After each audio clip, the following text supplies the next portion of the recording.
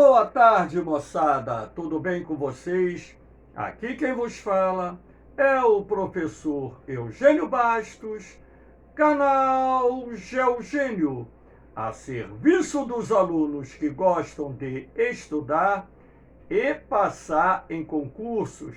Moçada, vamos fortalecer o canal, dê aquele like, compartilhe o vídeo e ajude o professor Eugênio Bastos a democratizar o ensino da geografia. Moçada, no nosso encontro de hoje, irei falar sobre a geografia física dos Estados Unidos, abordando alguns aspectos do seu relevo, do seu clima, da sua hidrografia. Havendo qualquer dúvida, deixe a sua pergunta na parte dos comentários, que eu terei o máximo prazer de respondê-la.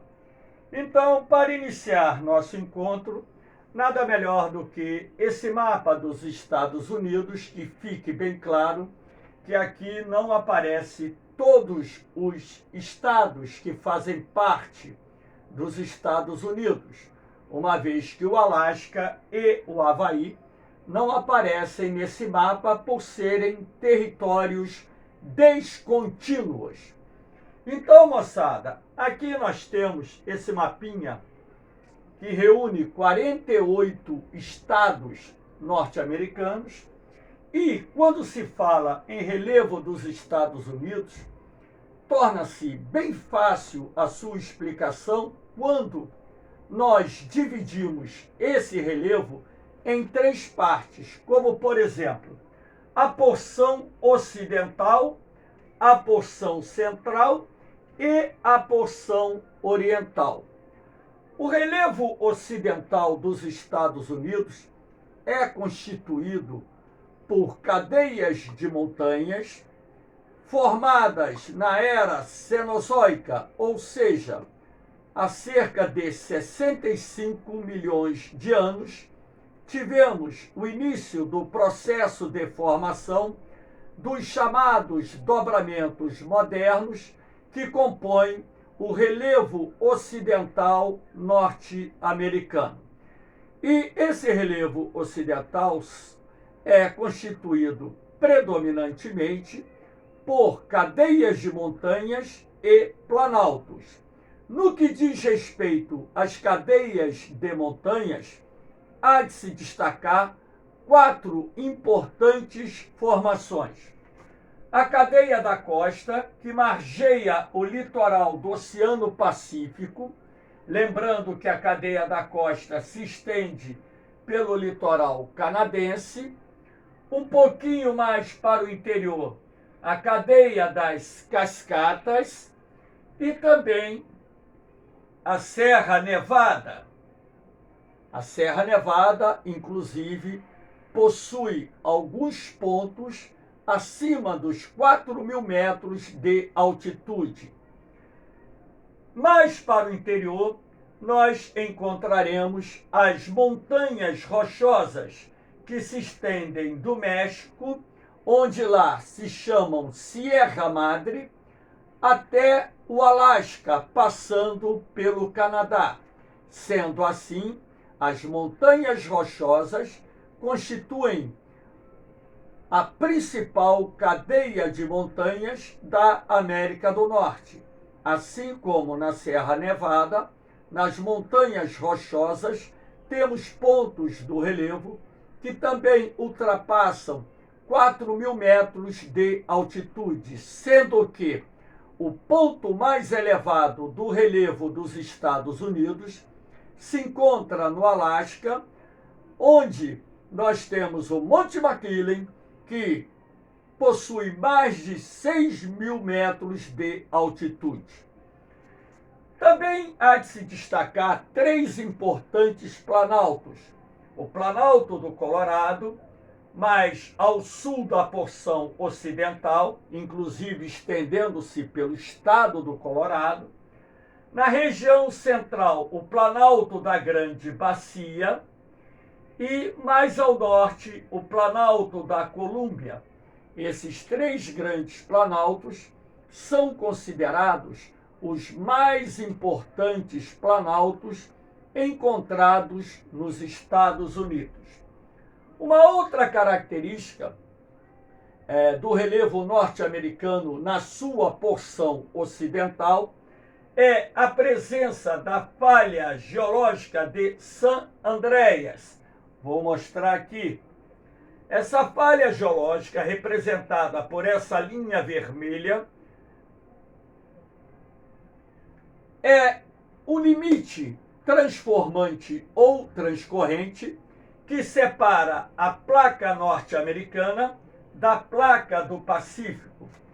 Então, essa região onde se encontra a falha de San Andreas é uma área de atividade sísmica, ou seja, uma região onde é comum a ocorrência de abalos sísmicos. Inclusive, a falha geológica de San Andreas, ela passa por Los Angeles, San Diego, São Francisco, metrópoles norte-americanas localizadas no oeste, que se encontram numa zona sísmica muito ativa e que estão sujeitas a fortes terremotos. Inclusive, há muito os cientistas norte-americanos estão prevendo o Big One, um grande terremoto que, caso o epicentro esteja localizado numa dessas metrópoles, São Francisco, San Diego, Los Angeles, nós teríamos, além de grandes danos materiais, perdas de vidas humanas. Apesar de que, nos Estados Unidos, as edificações são projetadas de acordo com as normas técnicas exigidas para regiões sísmicas muito ativas. Um forte abalo sísmico não causaria tantas perdas de vidas humanas e também os prejuízos materiais seriam minimizados pelas obras de engenharia que acompanham as normas técnicas exigidas para as regiões sísmicas muito ativas do planeta. Mas caso ocorra um abalo sísmico de 8, 9 graus na escala Richter, portanto, um abalo sísmico de forte magnitude numa dessas cidades, dessas metrópoles norte-americanas, poderíamos ter centenas ou alguns milhares de mortos. Mas, como eu disse, os prejuízos e as perdas seriam maiores se, nos Estados Unidos, as edificações não fossem construídas de acordo com as normas técnicas exigidas. Aqui nós temos a imagem da falha de San Andreas, uma foto tirada de avião, e aqui o mapa mostrando, através da linha vermelha, o segmento da falha de San Andreas. Uma outra característica do relevo ocidental norte-americano é a sua presença no chamado anel ou círculo de fogo do Oceano Pacífico. Ou seja, essa região ocidental dos Estados Unidos se encontra numa área onde encontramos vulcões ativos. E quando se fala em vulcões ativos nos Estados Unidos, há de se destacar o supervulcão de Yellowstone, localizado no noroeste dos Estados Unidos. Esse supervulcão apresenta registros de erupções cataclísmicas a cada intervalo de 630 mil a 640 mil anos, Sendo assim, caso acontecesse uma erupção cataclísmica do supervulcão de Yellowstone, nós teríamos, num raio de 100 milhas, no entorno desse supervulcão, uma completa destruição, ou seja, destruição total. E no raio de 500 milhas, nós teríamos uma grande devastação. Lembrando que não é o supervulcão de Yellowstone a única região vulcânica ativa encontrada no oeste dos Estados Unidos. Existem lá também outros vulcões, inclusive no estado do Alasca e também lá no Oceano Pacífico, no estado do Havaí. Essa imagem aqui, de 1980, foi tirada quando o vulcão de Santa Helena, localizado aqui em Yellowstone, entrou em erupção, lançando uma espessa coluna de gases e cinzas na atmosfera, deixando um rastro de destruição nas áreas próximas a esse vulcão e também culminando com a morte de algumas dezenas de pessoas, incluindo-se cientistas que estavam ali monitorando a erupção do Santa Helena. Lembrando também que áreas vulcânicas ativas, elas geram recursos como, por exemplo, as fontes termais podem ser aproveitadas para a geração de eletricidade. Também os vulcões ativos promovem depósitos de recursos minerais, como, por exemplo, o enxofre, largamente utilizado na indústria química.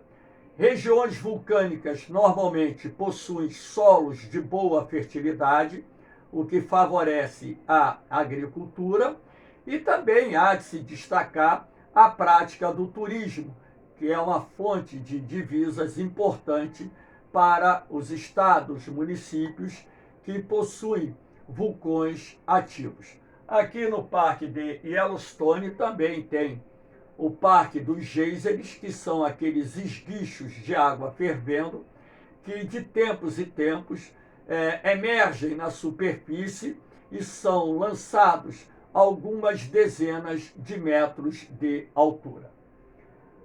Voltando lá para o início, o relevo central dos Estados Unidos é marcado pela planície do Mississippi, que faz parte das planícies centrais norte-americanas.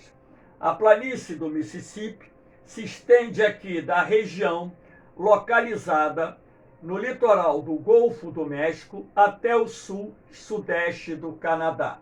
Essa planície ela vai ganhando altitude na medida em que se aproxima das montanhas rochosas, onde, inclusive, nós temos ali a planície com mais de 1.000 metros de altitude. Agora, aqui no vale do rio Mississippi, na bacia do rio Mississippi, a bacia se encontra algumas dezenas de metros acima do nível do mar. A planície do Mississippi, ela possui solos de grande fertilidade, são os solos de pradarias que contribuíram para o desenvolvimento da agricultura nessa região. Nas planícies centrais dos Estados Unidos se concentram os grandes cinturões agrícolas denominados belts, o Cotton Belt aqui no sul-sudeste, o Cotton Belt, cinturão do algodão, o Corn Belt, cinturão do milho, partindo aqui da planície do Mississippi em direção ao nordeste, e o Wheat Belt, o cinturão do trigo, localizado aqui do centro da planície do Mississippi para o norte do país. Esses cinturões agrícolas são formados por gigantescas fazendas especializadas no cultivo de um determinado produto, lembrando ainda que não só a fertilidade dos solos de pradaria, mas a planura do terreno que favoreceu a mecanização da lavoura e as condições climáticas foram de fundamental ou fundamentais importância para que aqui se estabelecesse o celeiro agrícola dos Estados Unidos. O relevo oriental tem como marca mais importante a presença dos Montes Apalaches ou Montes Alleghanies, que se estende aqui pelo nordeste dos Estados Unidos. Os Montes Apalaches são de constituição geológica antiga. As montanhas ali encontradas foram formadas há centenas de milhões de anos.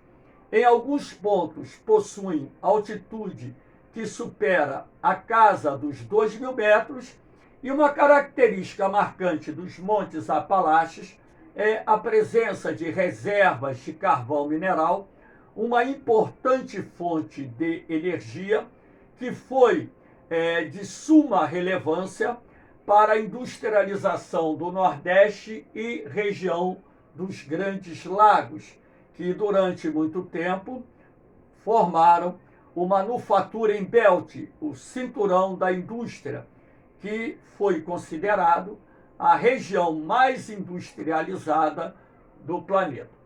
Aqui na faixa litorânea, nós temos a planície do Atlântico, ou planície litorânea, estendendo-se pela costa oriental e pelo sudeste dos Estados Unidos. Sendo assim, nós temos essa composição do relevo dos Estados Unidos, bem simples, bem fácil de se entender. Agora nós vamos analisar o clima dos Estados Unidos. Mas antes de falarmos propriamente dos climas, é preciso que vocês entendam que, em primeiro lugar, os Estados Unidos possuem uma grande variedade de climas. E essa grande variedade de climas se deve a um conjunto de fatores que agem associadamente. Então, eu vou falar desses fatores, nem todos aqui representados por imagens. A posição geográfica dos Estados Unidos. Os Estados Unidos possuem a maior parte do seu território localizado na zona temperada do planeta, o que explica a presença de climas temperados no país. Mas há de se destacar também que uma parte do território norte-americano, o Alasca, é cortado pelo Círculo Polar Ártico, razão pela qual nós temos no país o clima polar e o clima subpolar. Há de se destacar ainda que o arquipélago do Havaí está localizado numa zona de influência do clima tropical marítimo. E também a própria Flórida, que está aqui, o sul dos Estados Unidos, se encontram bem próximos ao Trópico de Câncer, razão pela qual nós encontramos o clima subtropical no país. Agora, há também de se destacar essa disposição do relevo. Por exemplo, do lado esquerdo aqui nós temos as montanhas rochosas, que atravessam os Estados Unidos de norte a sul, e do lado aqui oriental nós temos os Montes Apalaches ou Montes Alleghanies. E ao centro nós temos a planície do Mississippi e Missouri, que forma as planícies centrais da América do Norte. Então esse corredor de terras baixas possibilita a penetração do ar polar procedente do Canadá, sobretudo nos meses de outono e inverno, e esse ar polar ele avança até a região do Golfo do México, até a região da Península da Flórida. Esse corredor também possibilita a passagem do ar quente e úmido procedente da região do Golfo do México, sobretudo na primavera e verão, e esse ar quente e úmido avança em direção ao norte da planície do Mississippi e também em direção ao nordeste. Então, esse corredor central, ele favorece a circulação de massas de ar, inclusive também favorecendo a ocorrência de tempestades, que eu vou falar um pouquinho mais à frente. Há de se destacar também que a disposição desse relevo é responsável pela presença de climas áridos e semiáridos aqui no oeste dos Estados Unidos. Por quê? As montanhas rochosas, elas bloqueiam a entrada do ar quente úmido procedente do Golfo do México e também a cadeia da costa, a cadeia das cascatas e a Serra Nevada bloqueiam a entrada do ar úmido procedente do Oceano Pacífico. Sendo assim, o fator orográfico também será responsável pela existência de climas áridos e semiáridos aqui no oeste dos Estados Unidos.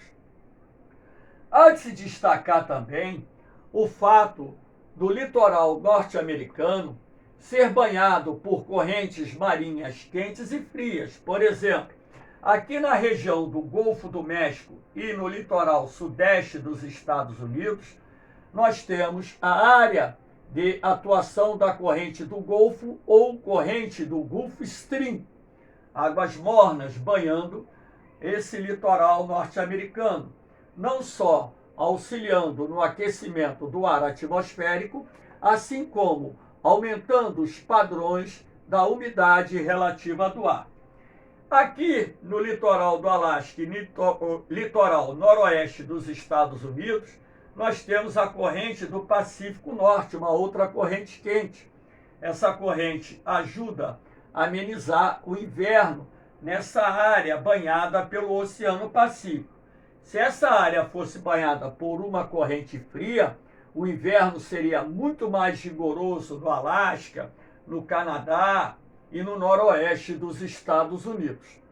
Mas assim como os Estados Unidos é banhado por correntes quentes, ele também é banhado por correntes frias. Aqui você tem a corrente do Labrador, que passa entre a Groenlândia e o Canadá e chega até o litoral nordeste dos Estados Unidos. Inclusive, essa corrente fria, ela, nos dias mais frios de inverno, pode causar o congelamento superficial da água do Oceano Atlântico, formando as banquisas, finas camadas de gelo sobre a superfície do mar. E essa corrente também traz iceberg da região da Groenlândia em direção ao litoral nordeste dos Estados Unidos. De vez em quando, alguns blocos de gelo podem ser vistos ali no Oceano Atlântico, nas proximidades do litoral nordeste norte-americano. E também aqui no sudoeste dos Estados Unidos, onde nós temos o estado da Califórnia, encontramos a corrente fria da Califórnia, que é responsável, em parte, pela existência do clima mediterrâneo no sudoeste dos Estados Unidos. O clima mediterrâneo é um tipo de clima subtropical que apresenta um verão quente e seco e um inverno relativamente frio e úmido. É uma característica típica que também encontramos no litoral sul da África, do litoral sul da Europa, trechos do litoral norte da África e também em algumas outras partes do mundo. E aqui nós temos a altitude. Aqui é uma imagem da Serra Nevada. Então, o fator altitude, ele será responsável pela presença do clima frio de montanha. Sendo assim, os Estados Unidos, em razão também da influência da maritimidade, áreas mais próximas do litoral apresentam climas mais úmidos e amplitudes térmicas menores, e as áreas sob influência da continentalidade apresentam climas que tendem a ser mais secos, com maiores amplitudes térmicas. Somando-se à dinâmica das massas de ar, nos leva a entender o porquê dos Estados Unidos terem uma grande variedade de climas, que aparecem aqui citados nesse mapa, mas que eu mostrarei nesse mapa ampliado. Então, de acordo com esse mapa aqui, os Estados Unidos têm 9 tipos de clima. O polar pegando um pedaço do norte noroeste do Alasca, o frio pegando o Alasca e um pedaço do nordeste dos Estados Unidos, o frio de montanha aqui ao norte e noroeste dos Estados Unidos, claro que esse frio de montanha também ocorre em outras áreas, o subtropical pegando o sul-sudeste dos Estados Unidos, o semiárido pegando o meio-oeste e o oeste dos Estados Unidos, o desértico também pegando o meio-oeste e o oeste dos Estados Unidos, o Mediterrâneo pegando aqui o sudoeste dos Estados Unidos, o temperado pegando aqui boa parte do Nordeste e região central dos Estados Unidos, lembrando que o temperado ele pode ser dividido em temperado oceânico e temperado continental, aqui só fala em temperado, e o tropical que é encontrado lá no arquipélago do Havaí. Então, podemos, de acordo com a classificação climática utilizada, dizer que os Estados Unidos têm quase todos os tipos de climas encontrados em nosso planeta. Aqui nós temos a questão da formação dos tornados. Os Estados Unidos, sem dúvida nenhuma, é o país com maior incidência de tornados no mundo. Os tornados são tempestades que se formam no período da primavera-verão, estendendo-se pelo início do outono, em razão do encontro do ar quente e úmido procedente da região do Golfo do México, representada aqui em verde, e o ar frio e seco proveniente do Canadá, representado aqui em azul. Então, nessa área aqui do Texas, Oklahoma, Colorado, Kansas, Nebraska, Dakota do Sul e por aí vai, nós temos o que nós chamamos de polígono dos tornados.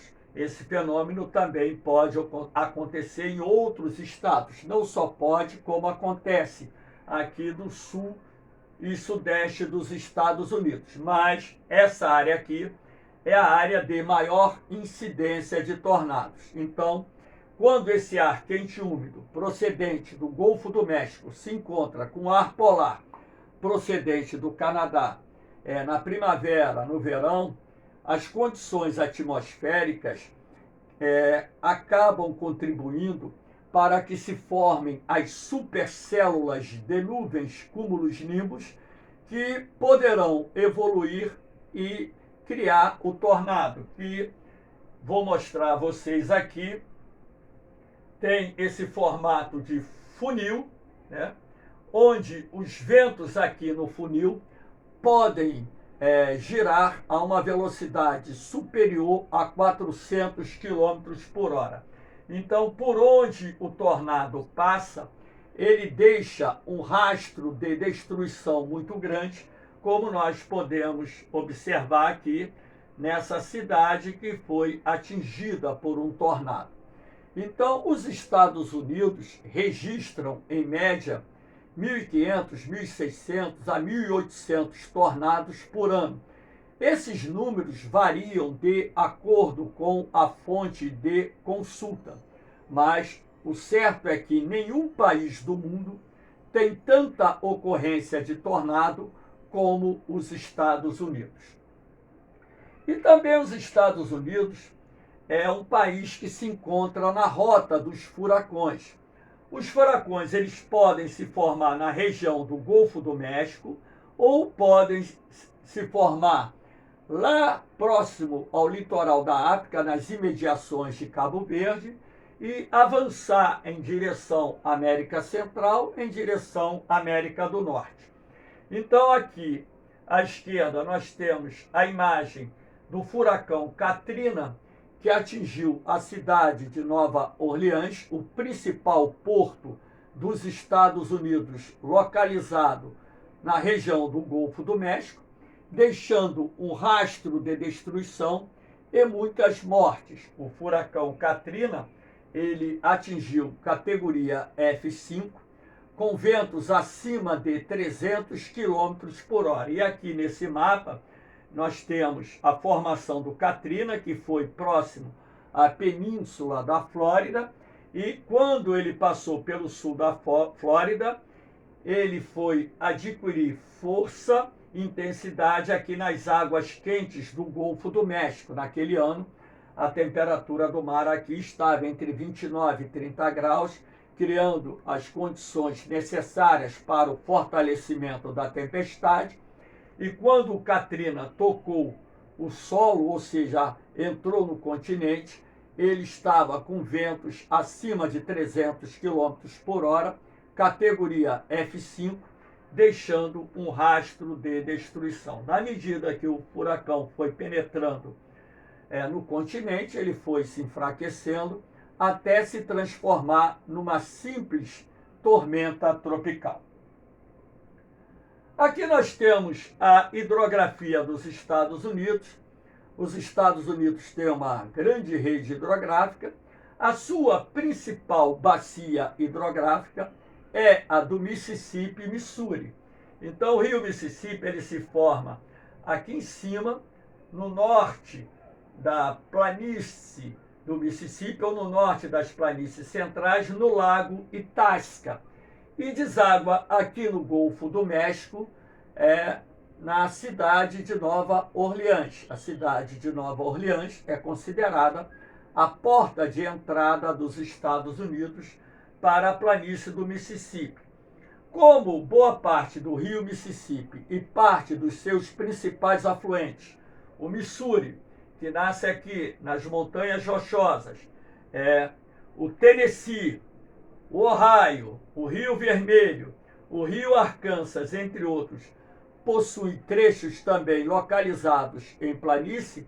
Aqui nós temos uma complexa rede hidroviária, onde o transporte fluvial é muito utilizado, e sendo assim, o rio Mississippi e seus principais afluentes se transformaram numa importante hidrovia, que também contribuiu para o desenvolvimento das cidades e da economia localizadas nas planícies centrais norte-americanas ou simplesmente na planície do Mississippi.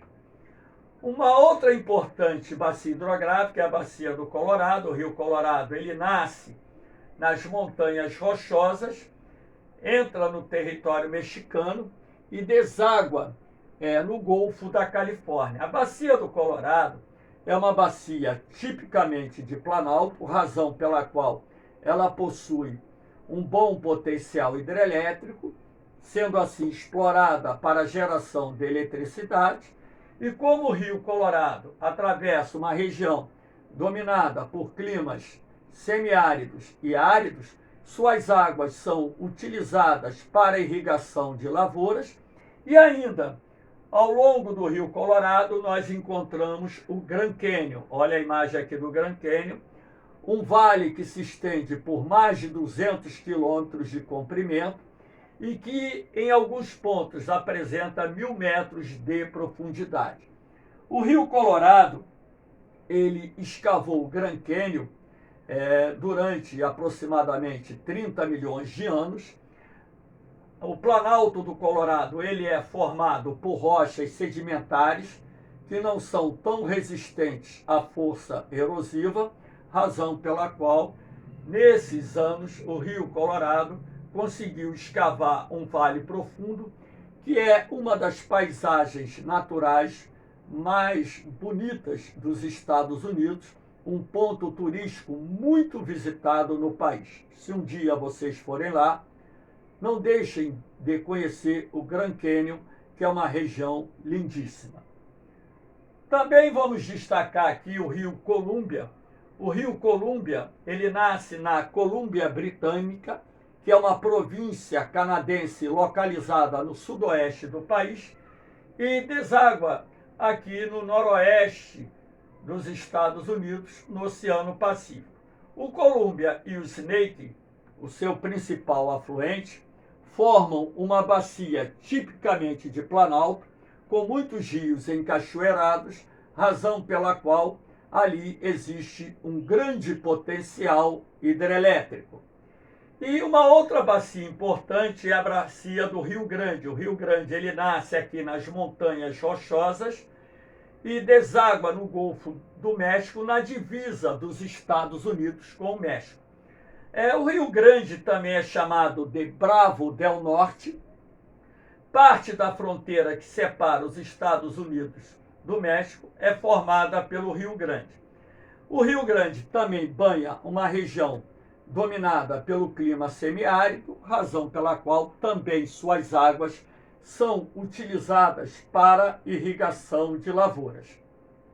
Essas bacias citadas são as mais importantes dos Estados Unidos, lembrando que aqui nós temos no norte vários lagos que formam, uma região que banha tanto os Estados Unidos como o Canadá. Aqui em cima o Lago Superior, aqui o Lago Winnipeg, você tem o Lago Huron, o Lago Erie, o Lago Ontário, que são os 5 mais importantes lagos encontrados nessa região, que constitui uma área que separa os Estados Unidos do Canadá. Moçada, eu espero que vocês tenham gostado desse encontro. Dê aquele like, fortaleça o canal, ajude o professor Eugênio Bastos a divulgar o seu trabalho, a democratizar o ensino da geografia. Porque o único meio que eu tenho para divulgar esse trabalho é através de vocês, meus fiéis que estão seguindo aí o canal. O canal GeoGênio não é monetizado, não tem fins lucrativos. O único propósito dele é fornecer a vocês informações que possam ser úteis no processo de preparação para um concurso militar, para um concurso vestibular e também para melhorar o rendimento na escola, tanto no ensino fundamental, assim como no ensino médio. Valeu, moçada! Um beijão no coração de vocês, um forte abraço, fiquem com Deus. Eu vou, mas eu volto, hein? Fui!